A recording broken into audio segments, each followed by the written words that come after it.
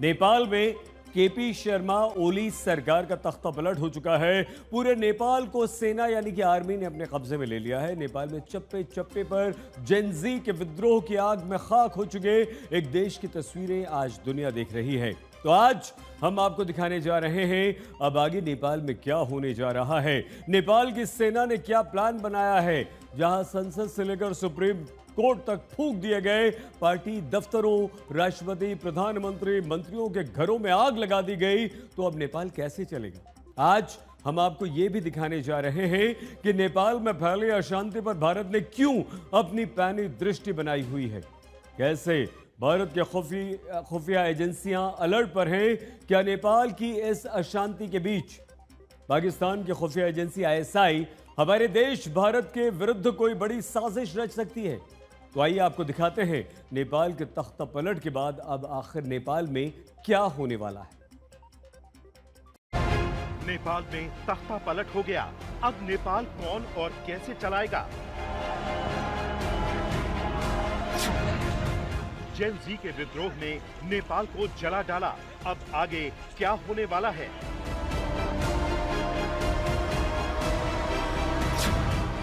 नेपाल के पीएम ओली कहां गायब हैं?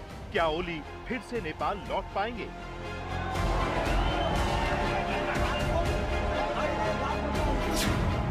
क्या नेपाल में फैली अशांति से भारत के लिए कोई बड़ा खतरा है?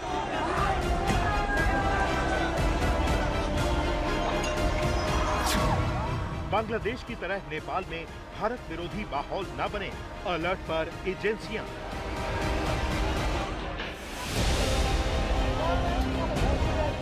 नेपाल में जेन जी के विद्रोह से दुनिया हैरान है।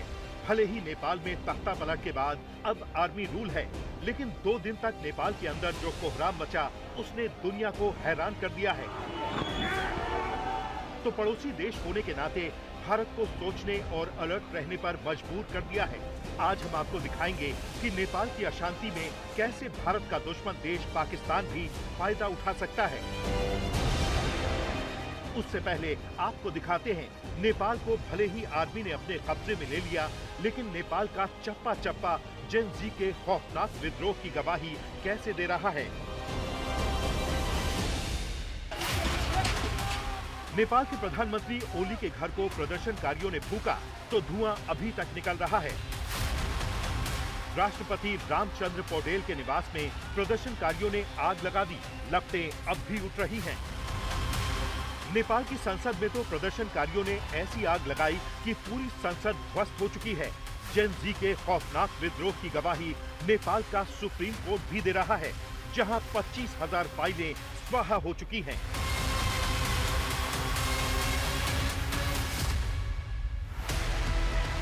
काठमांडू में प्रदर्शनकारियों ने होटल हिल्टन में ऐसी आग लगाई कि धुआं और लपटें 24 घंटे बाद भी उठती हुई दिखाई दी। पूरे हिल्टन होटल के परखच्चे उड़ चुके हैं। प्रदर्शनकारियों ने नेपाल के 3 पूर्व प्रधानमंत्रियों के घर जला डाले। पूर्व प्रधानमंत्री शेर बहादुर देउबा, झालानाथ खनाल और पुष्प कमल दहल प्रचंड के घर तबाह हो चुके हैं।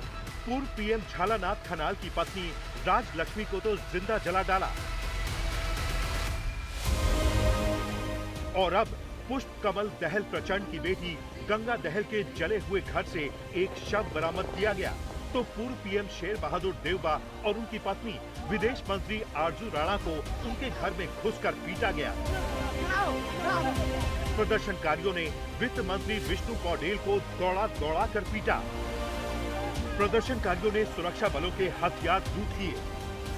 नेपाल में प्रदर्शन के बाद लोगों ने दुकानों को लूटा। सरकारी अफसर हेलीकॉप्टर पर लटक कर भागे। प्रदर्शनकारियों ने नेपाल की सत्ता के सबसे बड़े केंद्र सिंह दरबार में भी आग लगा दी। अब काठमांडू एयरपोर्ट अनिश्चित काल के लिए बंद है। नेपाल में जली हुई संसद पर अब आर्मी तैनात हो चुकी है। आर्मी ने अब नेपाल पर कंट्रोल कर रखा है। आर्मी के ट्रक सड़कों पर हैं, लेकिन प्रदर्शनकारी अब भी सड़कों पर बैठे हैं और उनसे आर्मी के लोग बात कर रहे हैं। सेना ने 27 उपद्रवियों को गिरफ्तार किया है। यहां हिंसक प्रदर्शन में अब तक 22 लोगों की मौत हुई, जबकि 400 से ज्यादा लोग घायल हुए हैं। अब नेपाल की आर्मी ने हालात को कंट्रोल में करने के लिए 4 बड़े प्लान तैयार किए हैं। शांति बहाली, सेना सड़कों पर गश्त के लिए उतर चुकी है और महत्वपूर्ण इमारतों की सुरक्षा कर रही है। बातचीत की अपील, नेपाल के जनरल अशोक राज सिंहदेल ने प्रदर्शनकारियों से हिंसा छोड़कर बातचीत करने को कहा है। सेना चाहती है कि राजनीतिक समाधान निकाला जाए। सुरक्षा बढ़ाना, सेना ने हवाई अड्डे, संसद और सरकारी इमारतों पर कब्जा कर लिया है ताकि और नुकसान न हो। अफवाहों पर रोक, सेना ने लोगों से अफवाहों पर ध्यान न देने और केवल आधिकारिक बयानों पर भरोसा करने को कहा है। Social media platform Facebook, Insta, WhatsApp, YouTube पर बैन को लेकर जेन जी का ये विद्रोह भड़का और ओली सरकार को उखाड़ फेंकने तक चला। अब नेपाल के पीएम ओली तो गायब हैं। विद्रोह के बाद कई नाम नेपाल के लिए चल रहे हैं, जिनमें काठमांडू के मेयर बालेन शाह का नाम सबसे आगे है और वो प्रदर्शनकारियों के बीच एक बड़े नेता के रूप में उभरे हैं। कहा जा रहा है कि बालेन शाह के कहने पर ही ओली सरकार का तख्ता पलट हुआ है। अब नेपाल कैसे चलेगा? आर्मी इसी उधेड़-बुन में लगी है।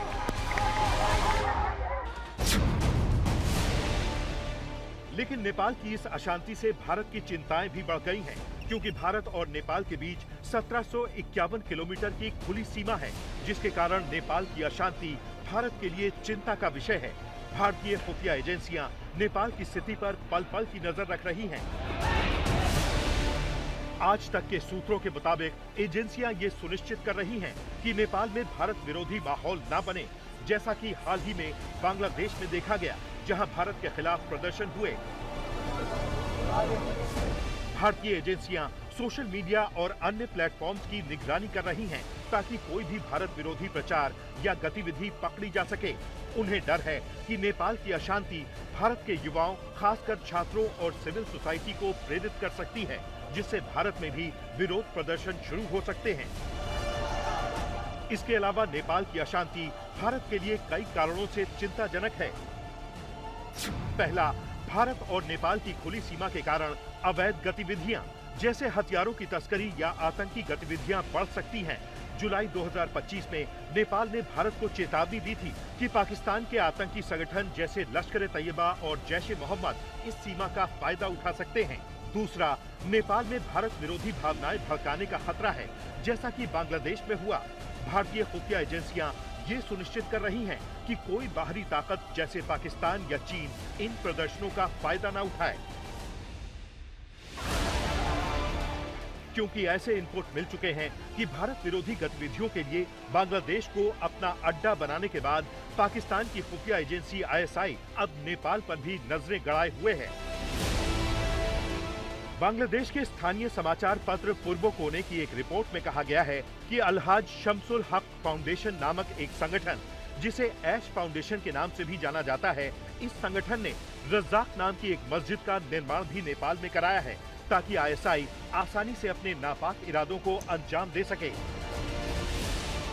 लेकिन भारत सरकार और खुफिया एजेंसियां नेपाल की स्थिति को लेकर बहुत सतर्क हैं। यूपी में नेपाल बॉर्डर पर बलरामपुर और बहराइच जैसे सीमावर्ती इलाकों में SSB और पुलिस की गश्त बढ़ा दी गई है। ड्रोन और CCTV से निगरानी हो रही है ताकि नेपाल की अशांति का फायदा पाकिस्तान की खुफिया एजेंसी न उठा पाए। काठमांडू से अमित भारद्वाज के साथ मंजीत नेगी, दिल्ली आज तक। आइए अब हम आपको दिखाते हैं नेपाल में जेन जी के विद्रोह के बाद ग्राउंड जीरो पर स्थिति कैसी है। आज तक के रिपोर्टर्स नेपाल पहुंचे हैं। विद्रोह की आग में जलकर खाक हुए नेपाल की एक एक तस्वीर आपको दिखा रहे हैं। विश्वास कीजिए, जो ग्राउंड रिपोर्ट्स अब हम आपको दिखाने जा रहे हैं वो ये बताती हैं कि जेन जी का ये विद्रोह कितना खतरनाक और खौफनाक था।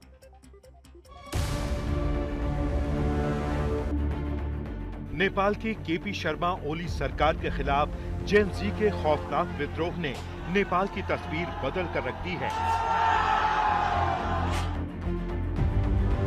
सबसे पहले हम आपको नेपाल की संसद लिए चलते हैं। यकीन मानिए, संसद के अंदर और बाहर की तस्वीरें वाकई हैरान करने वाली हैं। यही वो संसद भवन है जिसको आग के हवाले कल जेनजी प्रदर्शनकारियों ने कर दिया था। लेकिन क्या नेपाल में स्थिति अभी भी काबू से बाहर है? इसका जवाब हम आपको इन तस्वीरों से दिखा के देते हैं। इस वक्त नेपाल की आर्मी ने नेपाल की पार्लियामेंट को अपने कब्जे में ले लिया है और इसके बाद जो भी व्यक्ति ऐसा दिख रहा है जिस पे किसी तरह का शक है या फिर जिनको यहाँ नहीं होना चाहिए, क्योंकि ये हाई सिक्योरिटी जोन है। आप देखिए किस तरह की तबाही कल यहाँ पे मची है। सारे बैरिकेड्स को निकाल कर फेंका गया। हर वो चीज़ जिसमें नेपाल की सत्ता जुड़ी हुई थी या सत्ता का सिंबल उससे जुड़ा हुआ था, उसको तोड़कर उसके खिलाफ फ्रस्ट्रेशन निकालकर उसको आग के हवाले करके वो फ्रस्ट्रेशन निकाला गया। यहाँ तक कि आप प्रदर्शनकारियों की नाराजगी और उनकी प्रिसिशन को समझिए। ठीक ऊपर वहां नेपाल का संसद का नाम लिखा गया था। प्रदर्शनकारी ऊपर गए और संसद के नाम को वहां से उखाड़ा। ये एफर्ट लगाया गया है बाकायदा। नेपाल के संसद भवन के अंदर से एक्सक्लूसिव तस्वीरें आज तक पे इस वक्त आप देख रहे हैं ये कि आखिरकार अंदर क्या हालात बने हुए हैं। कांच के टुकड़े आपको दिखाई देंगे। संभवतः यहाँ पे आखिरी सिक्योरिटी चेक होता था। बुरी तरह से ये जर्जर बिल्डिंग हो चुकी है और संसद भवन उसी तरह से नीचे गिरा हुआ है जिस तरह से यहाँ की सरकार कल ध्वस्त हुई, ठीक वैसे ही हालात यहाँ पे बने हुए हैं। और अंदर से आप ये एक्सक्लूसिव तस्वीरें देखिए। हम बहुत ज्यादा अंदर नहीं जा रहे हैं। ये हॉल है, मेन हॉल है संसद भवन का, जो इस वक्त जमीदोज हो चुका है, नीचे गिर चुका है। जबरदस्त टेम्परेचर है, बहुत ज्यादा हीट मैं इस वक्त महसूस कर सकता हूं।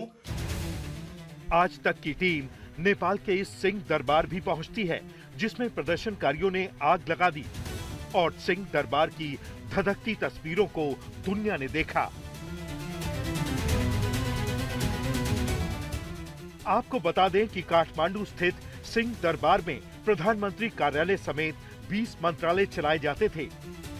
समझ लीजिए नेपाल का सारा राजकाज यहीं से चलता था।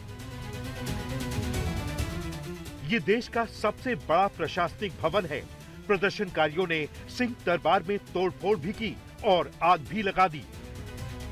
सिंह दरबार में जेन जी के घुसने का मतलब ही है नेपाल में तख्ता पलट हो गया। हमारे ठीक पीछे नेपाल के राजा जिन्होंने नेपाल के साम्राज्य को यूनिफाई किया था, इकट्ठा किया था, पृथ्वी नारायण शाह की मूर्ति लगी हुई है। ये सिंह दरबार है, वही सिंह दरबार जहां पे एक वक्त नेपाल के प्रधानमंत्री, मंत्री और सारा सरकारी कर्मचारियों का सिस्टम होता था। सामने बैरिकेड दिखेगा, अंदर आपको धुआं दिखाई देगा और फायर ब्रिगेड इस वक्त इस सिंह दरबार के अंदर आगजनी के 24 घंटे बाद भी काम कर रही है। तो आप